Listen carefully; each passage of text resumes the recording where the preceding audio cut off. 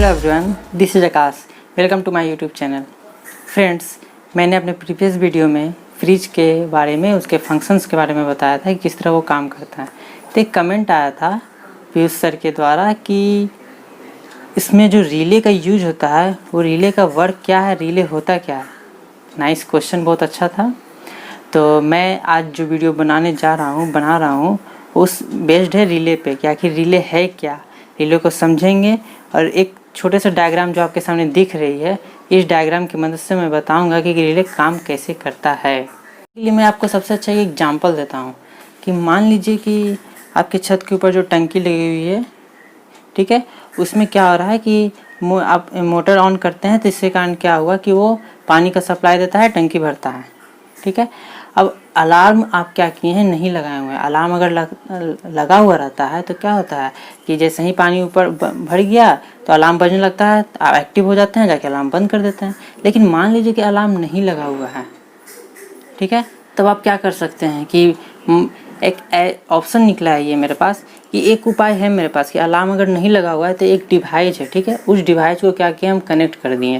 तो कनेक्ट करने से क्या हो जाएगा कि मान लीजिए कि मोटर से पानी भरा, ठीक है, और पूरा भर गया, तो पूरा भरते साथ वो ऑटोमेटिक मोटर को बंद कर दे।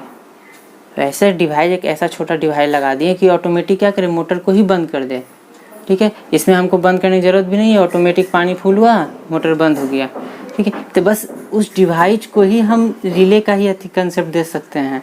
एक एग्जांपल मैंने आपको बताया, अब हम समझेंगे कि रिले एक इलेक्ट्रॉनिक डिवाइस होता है, ठीक है। इसे वर्क करने के लिए इलेक्ट्रिसिटी की ज़रूरत होती है, बिना इलेक्ट्रिसिटी के रिले काम नहीं करेगा।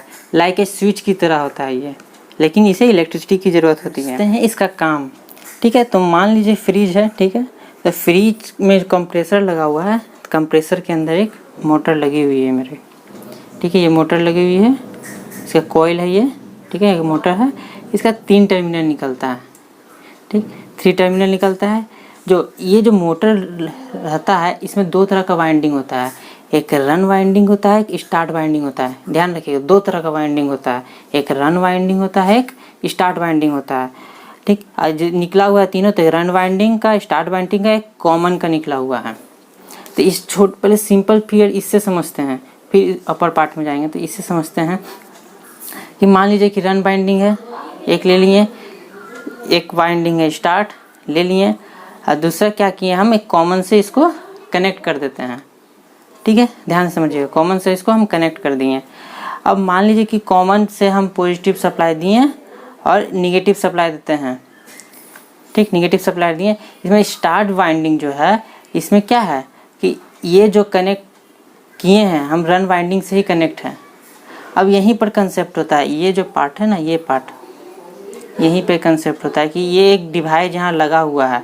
अब होता ये है कि रन बाइंडिंग से सप्लाई हुआ, सॉरी मैं उस फिगर के साथ साथ इस फिगर को भी समझाऊंगा, तब समझ में क्लियर होगा। ये जो मैंने लिया है, ठीक है, एक डिवाइस है, ठीक, ये इसका कॉइल हुआ, कोड है, ये लपेटा हुआ है कॉइल, ठीक। तो कॉइल का टर्मिनल हो गया आपका, कॉइल का टर्मिनल हो गया, ठीक है। अब ये कॉमन टर्मिनल ले लिए ये। अब होता है इस केस में एक NO होता है, नॉर्मली ओपन टर्मिनल, और एक NC होता है, नॉर्मली क्लोज टर्मिनल। होता क्या है कि जब सप्लाई नहीं दिया गया है इलेक्ट्रिसिटी का, ठीक है, तब आर्मेचर जो होता है स्प्रिंग के सहारे जो है वो हमेशा कनेक्ट रहता है क्लोज टर्मिनल से, क्लोज टर्मिनल से हमेशा रहता है। लेकिन जैसे ही हम सप्लाई दिए इलेक्ट्रिसिटी का, जैसे ही सप्लाई गया कोयल टर्मिनल, इसमें इंडक्शन प्रोसेस होना स्टार्ट होता है। इंडक्शन प्रोसेस के कारण ये आर्मेचर क्या होता है, अट्रैक्ट होता है और टच हो जाता है ओपन टर्मिनल से। यही ओपन टर्मिनल से जैसे ही टच होता है तब क्या होता है कि ये क्या करेगा कि मोटर को घुमाने का काम करने लगता है, कॉमन के साथ मिलके मोटर को घुमाने का। ये स्विच यहाँ लगा हुआ है, मोटर को घुमाने का काम करने लगता है कि एक प्रेशर उत्पन्न कर सकें कि अप टू लिमिट तक, जैसे ही प्रेशर उसके लिमिट तक पहुंच जाता है, टेम्परेचर भी तो बढ़ने लगेगा ना, उस लिमिट तक पहुंच जाता है, तो ये क्या करता है, ऑटोमेटिक इसको कट कर देता है। ये ऑटोमेटिक अप्रोक्स माना जाता है 75% तक जब पहुंचता है जैसे ही उसका प्रेशर, तो ऑटोमेटिक क्या करता है, ये कट करता है, ऑटोमेटिक ही ब्रेक डाउन हो जाता है। अब ब्रेक डाउन होने से क्या होगा कि आर्मेचर जो है, ठीक है, अब दिख रहे हैं, फिगर दिखाता हूँ सही से। ये जो आर्मेचर जो है अभी ब्रेक डाउन हो गया, इलेक्ट्रिसिटी सप्लाई बंद हो गया। अब क्या फिर से ये क्या हुआ कि क्लोज टर्मिनल में जाके सट गया। कैसे? जैसे ही बंद होता है तो स्प्रिंग लगा हुआ, ये स्प्रिंग इसको खींच लेता है ऊपर की तरफ, जिसके कारण ये बंद हो जाता है। फिर सप्लाई इसको बंद हो गया सप्लाई, तो इसका काम एक प्रोसेस हो गया। तो ये जो डिवाइस है यही रिले है। मतलब सिंपल से कह सकते हैं कि रिले जो डिवाइस, इलेक्ट्रॉनिक डिवाइस है, वो क्या किया कि एक स्विच की तरह काम करता है कि जैसे ही इलेक्ट्रिसिटी उसको दिए तो एक अप टू लिमिट तक पहुंचने के बाद वो ऑटोमेटिक क्या करता है, उसको कट कर देता है करंट को। बहुत तरह रिले का भी प्रकार होता है, करंट रिले, वोल्टेज रिले, सबका अलग अलग प्रकार हुआ। तो ये जो मैंने आपको रिले बताया ये इलेक्ट्रोमैग्नेटिक बेस्ड पे रिले था।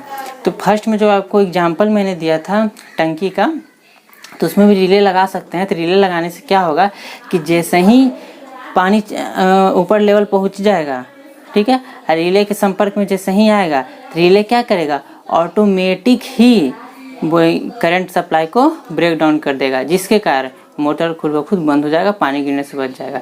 ये है रिले का मेन कंसेप्ट। अगर कोई भी कन्फ्यूजन हो इसमें भी तो आप पूछ सकते हैं, कमेंट कर सकते हैं। मेरे चैनल को लाइक करें, सब्सक्राइब करें।